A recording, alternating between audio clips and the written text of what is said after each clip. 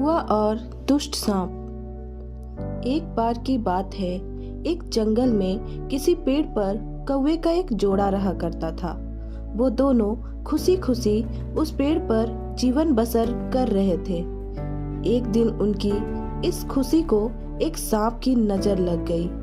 जिस पेड़ पर कौवों का घोंसला था, उसी पेड़ के नीचे बने बिल में सांप रहने लगा था।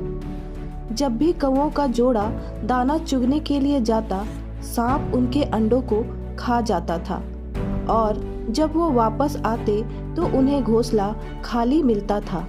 लेकिन उन्हें पता नहीं चल पा रहा था कि अंडे कौन ले जाता है। इस प्रकार से कई दिन निकल गए। एक दिन कौवों का जोड़ा दाना चुग कर जल्दी आ गया तो उन्होंने देखा कि उनके अंडों को बिल में रहने वाला एक सांप खा रहा है।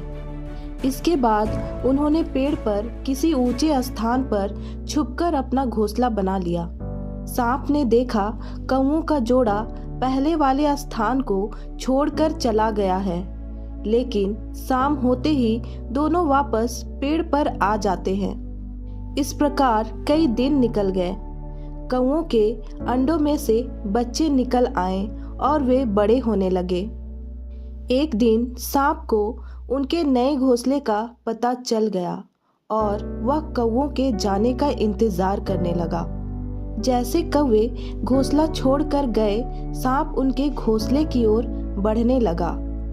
लेकिन किसी कारण से कौवों का जोड़ा वापस पेड़ की ओर लौटने लगा।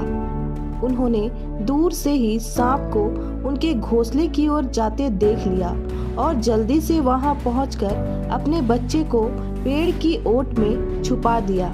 सांप ने देखा कि घोंसला खाली है तो वह कौवों की चाल समझ गया और वापस बिल में जाकर सही मौके का इंतजार करने लगा। इसी बीच कौवे ने सांप से पीछा छुड़ाने के लिए एक योजना बनाई।